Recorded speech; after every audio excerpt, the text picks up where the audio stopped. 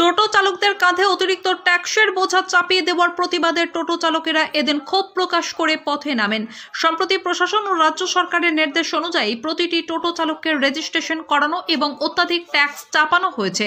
তারই প্রতিবাদে এদিন বামনগোলা ব্লকের পাকুয়াহাট এলাকায় টোটো চালকেরা ধিক্কার মিছিল করে একগুচ্ছ দাবি দাওয়া জানিয়ে ব্লক প্রশাসনের হাতে একটি স্মারকলিপি তুলে দেন।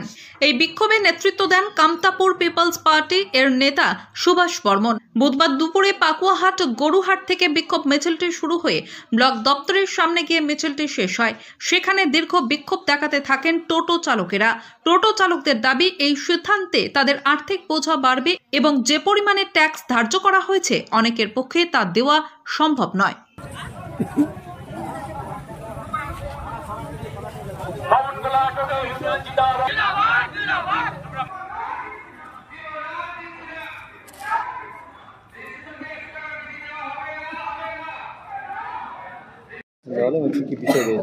আজকে ছিল বামনগোলা ব্লকের সমস্ত টোটো চালকদের নিয়ে বিডিও ডেপুটেশন এবং বিডিও সাহেবের মাধ্যমে আরটিও মালদা এবং ডিস্ট্রিক্ট ম্যাজিস্ট্রেট মালদা ওনাদেরকেও একটা গণস্বাক্ষরযুক্ত ডেপুটেশন দেওয়া হলো। কয় দফা দাবিতে?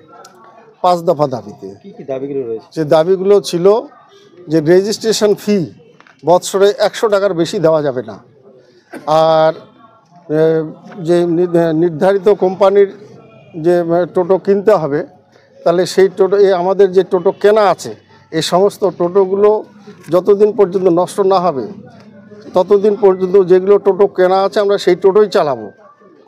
হ্যাঁ, আর তারপর যখন আমাদের এই টোটোগুলো নষ্ট হয়ে যাবে, নতুন করে যখন আমরা টোটো কিনবো তখন কিন্তু ওই সরকার নির্ধারিত যে কোম্পানির টোটো সেটাই আমরা কিনবো। কাদের তরফ থেকে দেওয়া হলো এটা? এটা বামনগোলা ব্লকের যে সমস্ত টোটো চালক তাদের পক্ষ থেকে এই ডেপুটেশন দেওয়া। আপনার নাম ও পরিচয়? আমি সুভাষ বর্মন, টোটো চালকদের প্রতিনিধি।